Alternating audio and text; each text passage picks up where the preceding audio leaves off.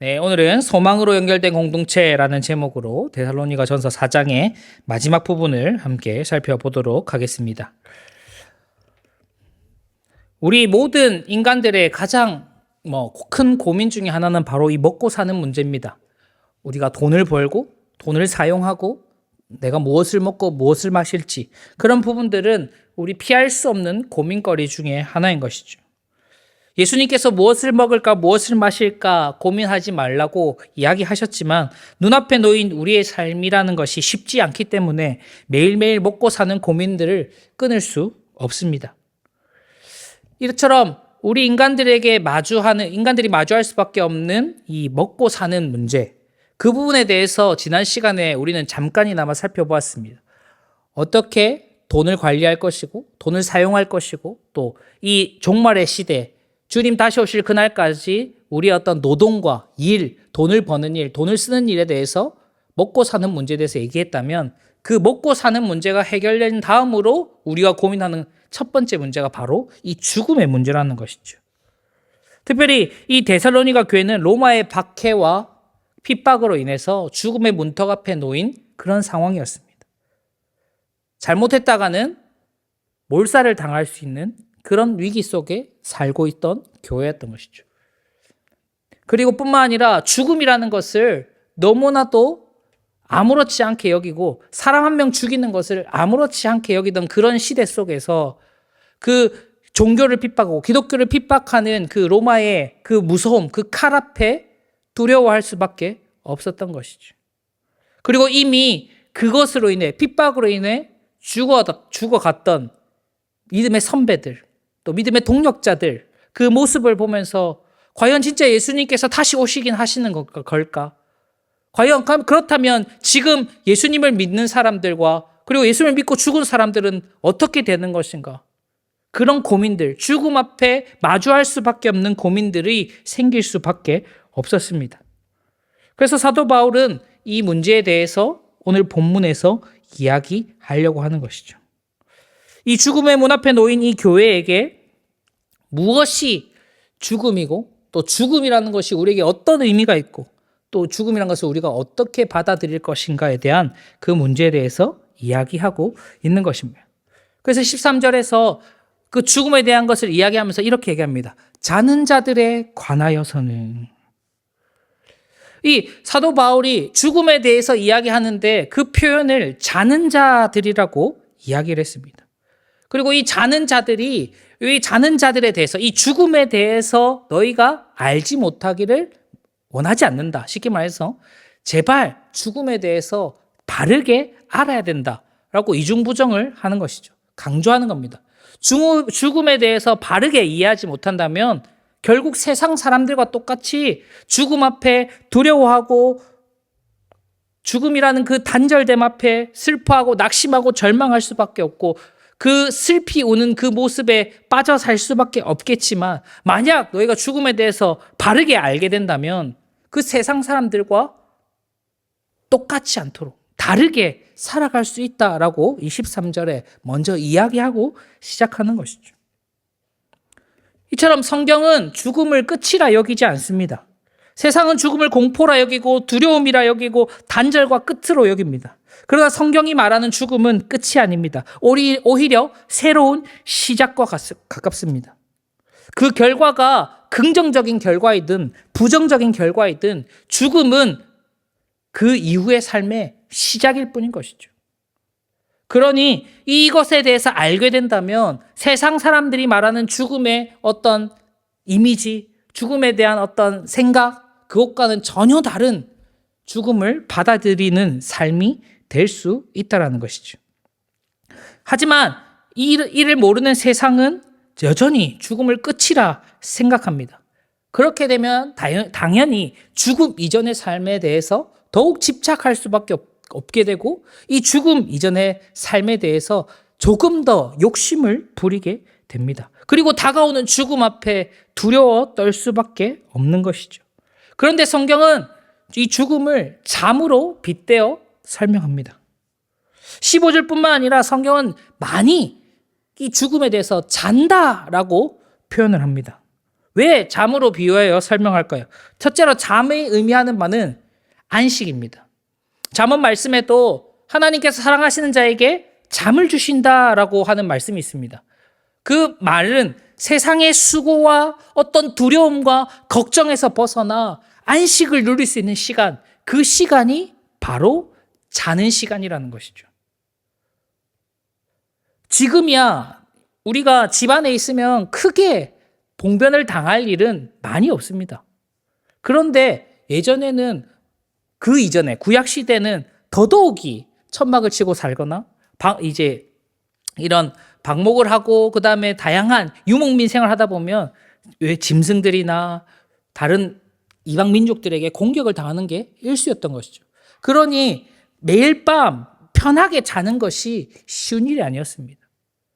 항상 그 나를 공격하면 어떡하나, 죽임 당하면 어떡하나 그런 두려움에 살아야 했고, 그 세상에 내일은 또 무엇을 먹고 무엇을 마셔야 되는가, 또 하루를 무엇을 벌 것인가, 어떻게 우리의 가족들과 우리의 어떤 이 부족들을 잘 먹여 살릴 것인가, 그런 고민들 속에 밤잠을 못 이루는 것이죠.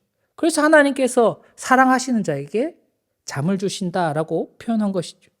그만큼 이 잔다라고 하는 것은 세상의 수고로부터 안식을 누리는 시간입니다.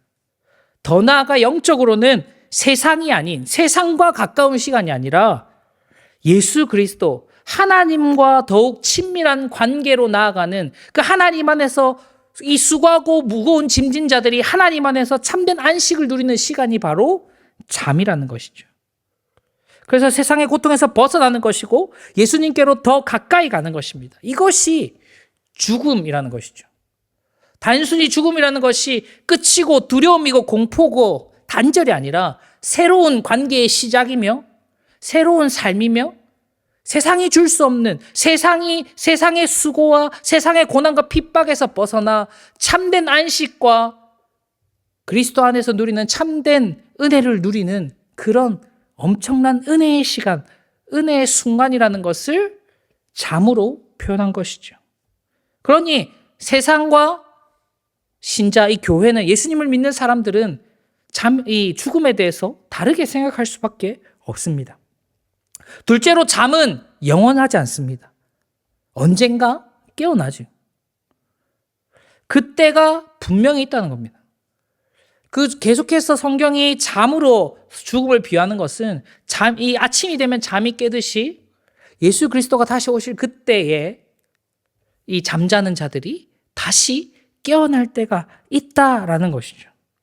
그렇게 성경은 계속해서 죽음을 잠으로 표현합니다. 세상은 죽음 앞에 슬피 울지라도 신자는 세상과 달리 죽음을 마냥 슬퍼할 필요가 없다라는 것이죠. 죽음이 슬프지 않다라는 것은 아닙니다. 사랑하는 자가 떠나가는 일, 당연히 인간적인 감정에서 슬프고 힘든 일입니다. 그러나 그것이 세상 사람들처럼 소망 없이 슬피 우는 자가 아니라 그럼에도 불구하고 그 슬픔 가운데서도 소망을 품을 수 있는 사람, 그것이 교회고 그것이 신자다라고 하는 것을 이야기하는 것입니다. 그래서 이제 사도 바울은 14절에서 이렇게 얘기합니다. 예수 안에 자는 자들도 하나님이 함께 데리고 오실 것이다. 즉 부활이 있다. 죽음이 끝이 아니라 더 나아가서 부활이 있다라는 것이죠. 죽음이 끝이 아닌 이 명백한 증거는 바로 예수님의 부활입니다. 예수님께서 죽음의 권세를 이기시고 부활하셨습니다. 우리는 이 부활하심을 믿습니다. 그것은 곧 예수님 안에서 맞이하는 죽음, 그 죽음은 단절이나 끝이 아니라 부활을 기다리는 상태, 그런 존재가 된다는 것이죠. 고린도전서 15장 부활장이라 불리는 이 말씀에도 부활에 대해서 많은 이야기를 하고 있는데 그 중에 한 구절이 이렇게 얘기합니다. 예수 그리스도께서 모든 자는 자들의 첫 열매가 되셨다. 즉 예수 그리스도께서 혼자 부활하신 것이 아니라 이후에 부활할 모든 영혼들을 위해 가장 처음으로 부활하신 분이다라는 것을 이야기하는 것이죠. 그러니 지금 죽은 자들이나 아직 죽지 않은 자들도 예수님의 부활을 통해 우리 또한 부활의 삶을 살아갈 수 있다. 우리에게 부활의 새 생명이 주어진다라는 것을 확신할 수 있게 되고 믿음으로 나아갈 수 있게 되는 것이죠. 하지만 그 먼 미래가 될 수도 있고 가까운 미래가 될 수 있지만 그것이 중요한 것이 아니라 과연 우리는 이 부활을 확신하고 또 부활이 무엇인지 알고 살아가느냐 이것이죠. 사실 저도 마찬가지지만 분명 하나님께서 주님 다시 오실 그때 우리를 부활의 몸으로 덧입혀 주시겠지만 실제로 우리의 마음이나 우리의 실생활에 와닿지는 않습니다. 그러니 데살로니가 교회 성도들도 마찬가지로 당장 맞이하는 죽음에 대한 두려움과 걱정은 있었겠지만 그 부활에 대한 소망, 어떻게 부활할 것인가에 대해서 잘 몰랐던 것이죠. 그 부분에 대해서 사도 바울이 15절, 16절, 17절에 대해서 이야기합니다. 한번 다 같이 읽어볼까요? 시작. 우리가 주의 말씀으로 너희에게 이것을 말하노니 주께서 강림하실 때까지 우리 살아남아 있는 자도 자는 자보다 결코 앞서지 못하리라. 주께서 호령과 천사장의 소리와 하나님의 나팔 소리로 친히 하늘로부터 강림하시리니 그리스도 안에서 죽은 자들이 먼저 일어나고 그 후에 살아남은 자들도 그들과 함께 구름 속으로 끌려올려 공중에서 주를 영접하게 하시리니 그리하여 우리가 항상 주와 함께 있으리라. 아멘. 이 구절에 보면 그 부활의 때 예수께서 다시 오실 그때의 부활이 어떻게 이루어지는지를 상세하게 설명하고 있습니다. 15절에는 이 남아있는 데살로니가 교회를 위해서 교회에게 이렇게 얘기합니다. 살아있는 자나 죽은 자나 부활하게 될 것인데 살아있다 해서 죽은 자들보다 앞서지 않는다. 왜냐하면 이 16절의 말씀처럼 그리스도 안에 죽은 자들이 먼저 살아나게 돼. 주님 다시 오실 그때에 주께서 재림하실 그때에 죽어있는 자들, 예수님의 다시 오심, 그 부활의 때를 기다리던 모든 죽은 자들이 먼저 부활하게 될 것이다. 그리고 다음으로 살아남은 자들도 그들과 함께 부활의 새 생명, 새 몸을, 부활의 몸을 입고 구름 속으로 그 하늘로 들려 올려질 것이다. 그리고 주님을 만나 주님과 항상 함께 있게 된다라는 것이죠. 사도 바울은 눈앞에 있는 죽음을 이겨나기 위해서는 부활의 소망이 필요하고 그 부활이라는 것이 어떻게 일어날 것인가에 대해서 다시 한번 이야기했습니다. 부활은 이런 것이구나. 지금 우리가 죽은 자나 죽지 않은 자나 주님 다시 오실 그날에 우리가 새 몸을 입고 새 생명으로 살아나겠구나. 그렇게 가르친 것이죠. 이처럼 이 부활에 대한 소망, 죽음의 모습, 세상의 종말을 아는 자들이 바로 신자이고 교회인 것이죠. 이처럼 죽음, 종말에 대한 이 바른 이해는 세상과 전혀 다른 방식의 삶으로 우리를 인도하게 됩니다. 앞서도 말씀드렸지만 죽음을 끝이라 여기면 지금 현재에 대해서 집착할 수밖에 없습니다. 지금 더 잘 살아야 되고 지금 더 누려야 되고 지금 내가 남 부끄럽지 않아야 한다라는 그 의식 속에서 더욱 내 삶에 집착하게 되고 남보다는 나를 더 사랑하게 되고 세상이 말하는 성공과 영광에 취할 수밖에 없게 되는 것이죠. 하지만 죽음이 끝이 아니라 그 이후의 삶도 있다. 그 영원한 삶, 부활의 소망이 있다라는 것은 우리의 삶이 여기서 끝나는 것이 아니다. 이 지금 나의 모습이 전부가 아니다라는 것을 이야기하는 것이고, 그렇다면 지금의 삶에 욕심을 부리고 지금의 삶이 잘 살고 잘 먹고 잘 사는 그런 모든 일들이 다가 아니다라고 깨닫게 되는 것이죠. 이처럼 교회는 이 땅의 삶이 끝이 아니기 때문에 죽음 이후에도 새로운 시작이 있기에 땅의 것에 집착하지 않고 살 수 있게 됩니다. 이것이 어쩌면 이 세상 어둠 가운데 빛으로 보내진 교회의 교회다움인 것이죠. 교회가 세상 속에서 살아갈 수 있는 힘이 되는 것입니다. 만약에 지금 보여지는 우리의 삶이 죽음까지가 우리의 삶의 끝이라면 분명 교회도 세상과 다르지 않게 그렇게 살아야 할 겁니다. 지금 교회가 더 커져야 되고 더 사람이 많이 모여야 되고 더 하나님 영광 높이기 위해서 뭔가 더 세상에 영향력을 발휘하는 일들을 많이 해야 될지도 모릅니다. 그러나 교회는 그렇지 않다라는 것이죠. 세상과 다르다는 것입니다. 그래서 사도 바울은 18절에 이러한 말로 서로 위로하라라고 얘기합니다. 이것이 우리의 위로가 된다는 것이죠. 단순히 어떤 마음의 위로, 감정적인 동감이나 격려가 아닙니다. 바로 이 부활의 소망이라는 것이 우리에게 주어진 이 현실에서 이 현실이 아닌 그 주님을 바라보게 되고 또 죽음 이후의 삶을 주님 다시 오실 그날을 바라보게 되는 믿음이 되고 힘이 되고 격려가 되는 것이죠. 즉 복음, 부활의 복음이야말로 우리가 이 땅에서 세상과 다르게 살 수 있는 힘이 되고 서로가 서로를 지켜주고 함께 할 수 있는 연결고리, 힘이 된다는 것이죠. 이처럼 교회는 이 부활의 소망으로 연결된 공동체입니다. 이 부활의 소망을 함께 품고 있기 때문에 서로 격려할 수 있고 함께 울 수 있고 함께 웃을 수 있고 이 땅의 삶을 함께 견디고 인내하며 주님의 다시 오실 그날을 기대하고 소망하며 살아갈 수 있는 것이죠. 지금 나의 모습이 어떠하든지 간에 우리는 끼리끼리라는 말이 있습니다. 사실 돈이 있는 사람들은 돈이 있는 사람들끼리 모입니다. 힘이 있는 사람들은 힘이 있는 사람들끼리 모입니다. 어쩌면 그것은 세상이 만들어낸 어떤 이 관계의 원리, 어떤 관계의 방식이겠죠. 하지만 교회는 힘이 다르다고, 가진 것이 다르다고 관계하지 않거나 서로를 비난하거나 배척하지 않습니다.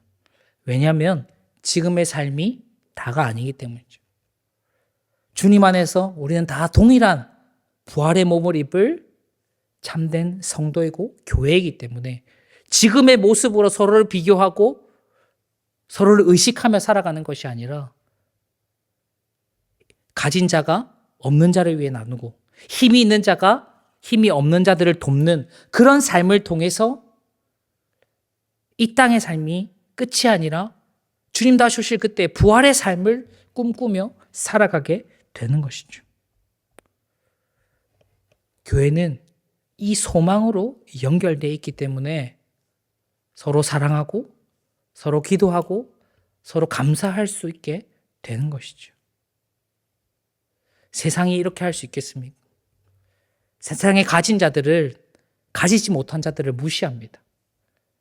세상에 힘 있는 자들은 힘이 없는 자들을 억누릅니다. 하지만 교회는 그렇지 않습니다. 왜냐하면 지금의 삶이 끝이 아니라 그 이후에 죽음 이후에 부활의 삶, 하나님과 동행하는 삶이 있기 때문입니다. 그렇기 때문에 그 신자의 삶에는 슬픔은 있을지라도 절망은 없습니다. 슬픔이 없을 수는 없습니다. 분명 고난이 있고 핍박이 있고 어려움이 있을 수 있습니다. 그러나 절망하지 않습니다.